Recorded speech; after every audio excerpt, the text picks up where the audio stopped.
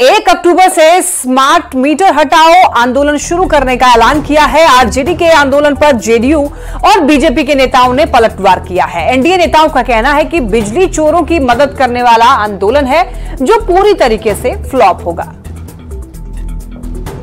Smart meter की इतनी तेजी का मकसद क्या है? बिहार में स्मार्ट मीटर को लेकर सियासी बवाल शुरू हो गया है। आरजेडी ने इस मामले को लेकर आंदोलन करने की चेतावनी जारी की है। आरजेडी का कहना है कि स्मार्ट मीटर के जरिए लूट मची है। आरजेडी प्रदेश अध्यक्ष कहते हैं कि स्मार्ट मीटर लगाने का ठेका जिन कंपनियों को दिया गया है वो जनता और सरकार के खजाने दोनों को लूट रही है। हम लोग का भी नारा है कि स्मार्ट मीटर लगाने वाले को गांव में प्रवेश मत करने दो और 1.5-2 महीने के भीतर यदि इन्होंने सुधार नहीं किया तो सारा मीटर इतना दिन कम फाड़ के फेंक दो। ये बिल्कुल लूट का आधार बने हैं। आरजेडी के आंदोलन पर जेडीयू की ओर से करारा पलटवार किया गया। पार्टी प्रवक्ता नीरज कुमार कहते हैं कि बिहार के लोगों को वो दौर याद है जब बिजली कब आती थी और कब चली जाती थी किसी को पता भी नहीं चलता था।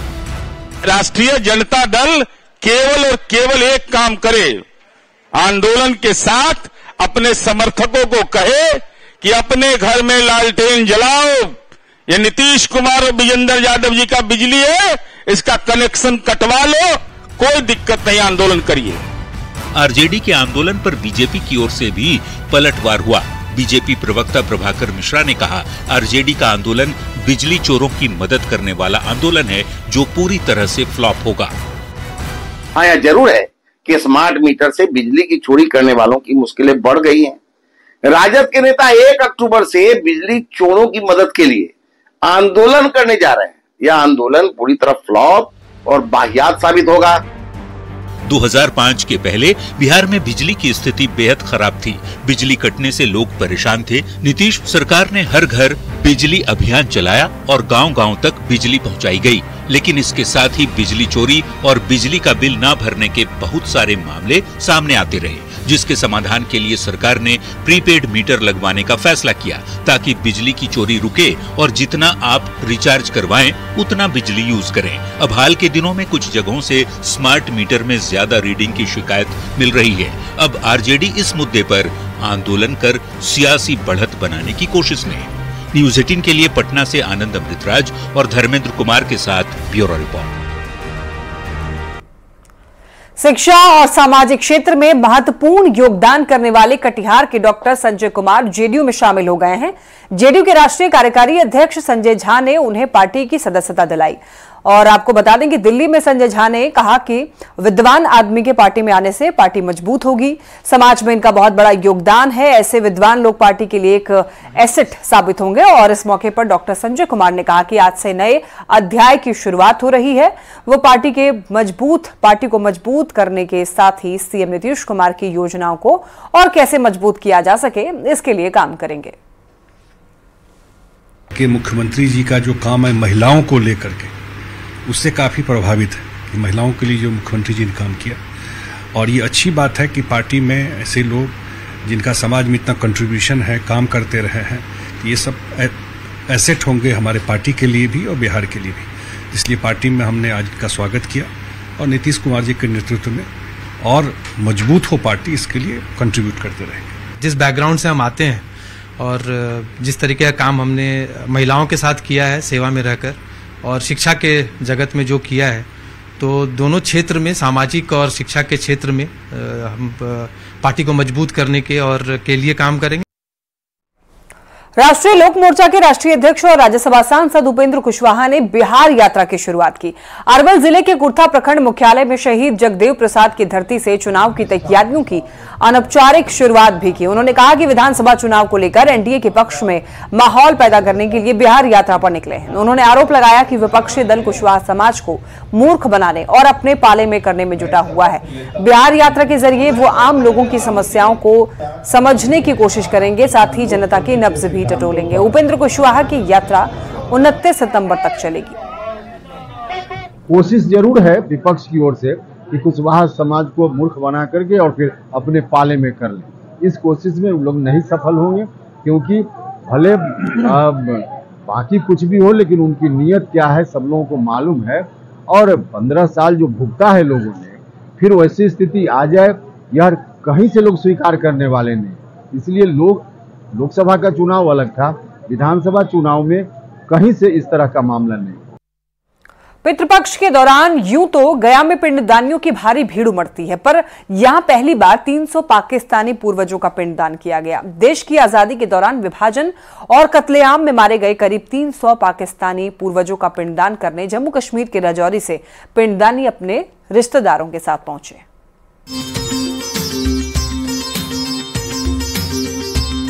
गया में इन दिनों पितृपक्ष मेला चल रहा है। देश विदेश से पिंडदानी यहां पहुंच रहे हैं, पर बुधवार को पहली बार पाकिस्तान के 300 पूर्वजों का पिंडदान किया गया।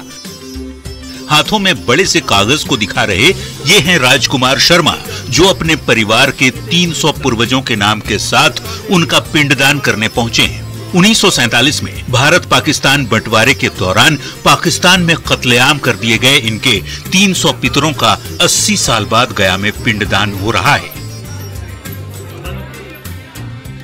हमारे जो पूर्वज 1947 की जंग में जो वहाँ कत्ल हो गए, या जिनका हमें कोई पता नहीं चला कि ये वो कहाँ गए और ना हमें मिले, उनका आज हम 80 साल के बाद लगभग मेरे परिवार के 300 लोग ऐसे हैं जिनका इससे पहले पिंडदान नहीं हुआ था, और वो पिंडदान मैं यहाँ करवाने के लिए आया हूँ।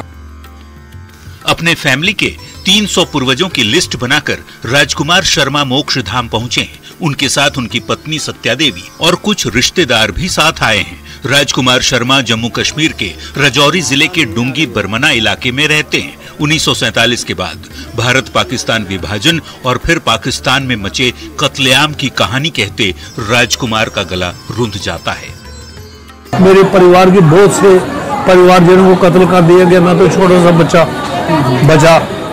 उसके बाद में हम वहाँ से भाग के इंडिया में आ गए। अब कैसे आए? मतलब ऐसे ही पैदल भाग के बॉर्डर छोड़ दिया। हमारा बॉर्डर वहाँ से नजदीक है जहाँ हम अभी रह रहे हैं।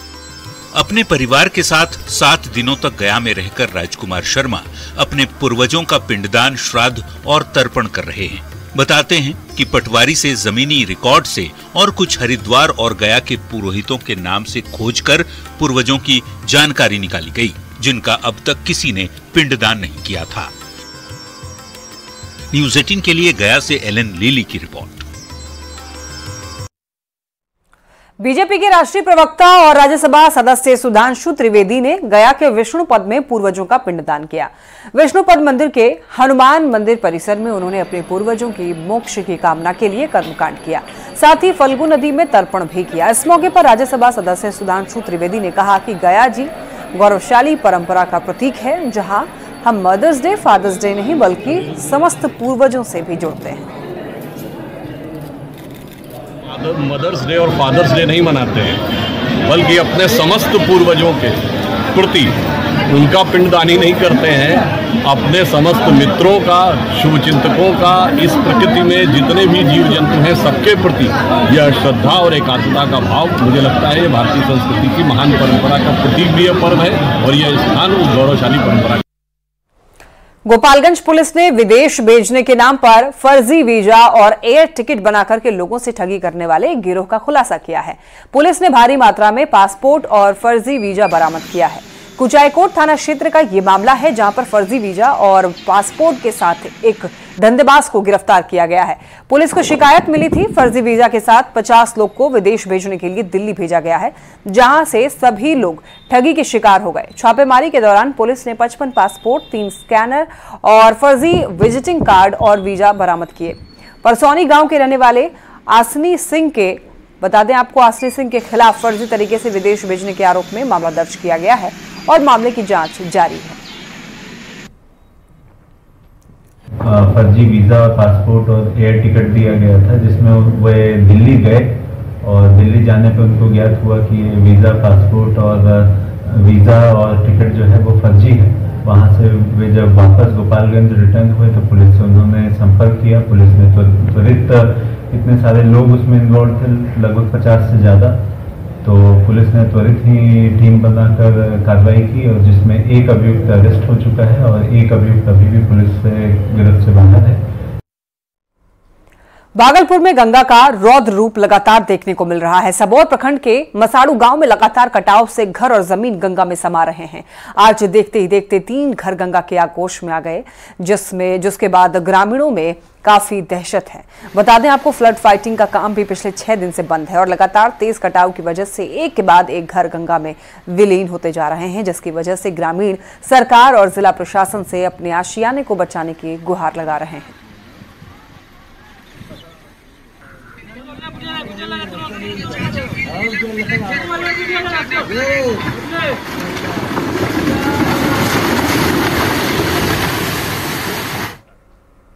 भागलपुर में बाढ़ से हालत खराब है। बाढ़ पीड़ित सरकार और जिला प्रशासन से लगातार मदद की गुहार लगा रहे हैं, तो वहीं अधिकारी बाढ़ पीड़ितों से पंखा झलवा रहे हैं।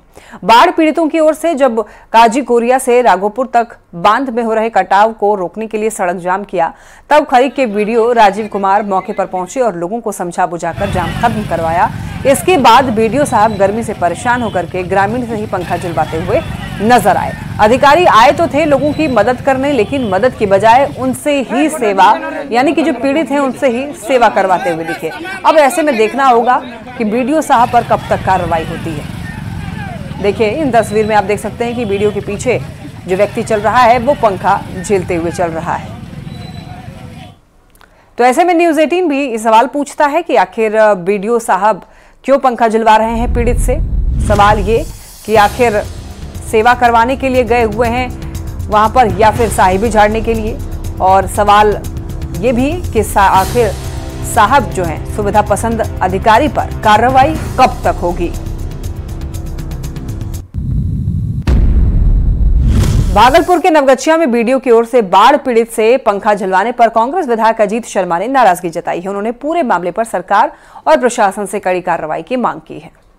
सेवा करने की बात है, जनता के टैक्स पर उनको पदाधिकारियों को तनख्वाह मिलता है, और एक वीडियो पंखा झलवा रहा है बाढ़ पीड़ित से, उस पर कार्रवाई होनी चाहिए।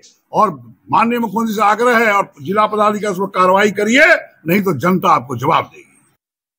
लखीसराय में गंगा, हरुवर और किऊल नदी के जलस्तर में कमी आ रही है, जिससे दियारा इलाके के लोगों ने राहत की सांस ली है। लेकिन अब बढ़ते जल जमाव की वजह से लोगों को डेंगू, डायरिया सहित कई बीमारी होने के डर सता रहे हैं। ऐसे में पिपरिया प्रखंड के बरहसवा टोले के लोगों ने जिला प्रशासन से ब्लीचिंग पाउडर के छिड़काव और मेडिकल टीम की मांग की है।